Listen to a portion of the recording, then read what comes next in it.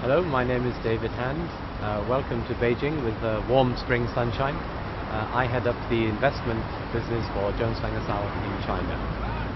We're here today to discuss our recent white paper and to review the 2010 activity in the investment market in China. We have seen a lot of activity during 2010. There have been inevitable changes in regulations and also a shift in the market participants active in the market. Noteworthy amongst all of the activity was the growth amongst Asian investors, Pan-Asian investors, typically Hong Kong and Singaporean based, who were very active and who increased their level of activity to around 34 or 35% of total activity. One cautionary note was that US and European investors still largely focus on Shanghai, and this potentially represents a challenge for them going forward given the volume of available investable buildings that are open for transactions within that market. In September of 2010, the Chinese insurance companies were finally allowed via the detailed implementation rules to invest directly in real estate for the very first time.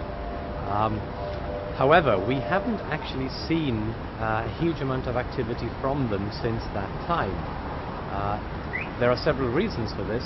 Principal amongst them probably is the fact that building a international standard professional real estate investment management business is actually a very complicated and time-consuming undertaking. When we take a look at the REIT market and the renminbi fund market, we see that not an awful lot has actually changed recently. Looking at the property market, we believe there are strong fundamentals that are driving strong demand in particular across mainland China's key office, retail and residential markets.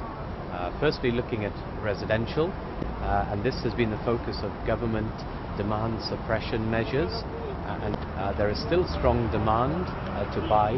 However, developers are facing challenges in terms of financing, and we see significant opportunities throughout the second half of this year and maybe into next year, when the smaller players in particular will feel certainly stressed by the lack of availability of credit to finance their capital-intensive businesses. In the retail side, this really is the most attractive and most sought-after sector on the commercial side. This is underpinned by two major factors, one being that the government is really encouraging the Chinese economy to shift towards more of a consumer-based economy, and secondly, actual retail sales have continued their very strong momentum across China. The final sector being offices, hugely prominent in 2009 in terms of transactions, in 2010 accounting for almost 40% also of total transactions. We see very strong demand across the mainland Tier 1 markets and increasingly Tier 2 markets, underpinned by China's very strong economy.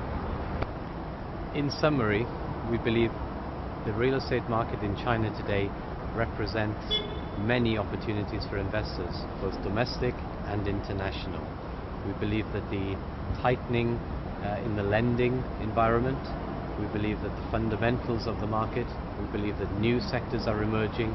All of these will combine to ensure that capital flows aggressively through this economy into the real estate sector and represents great opportunities for investors going forward. Thank you.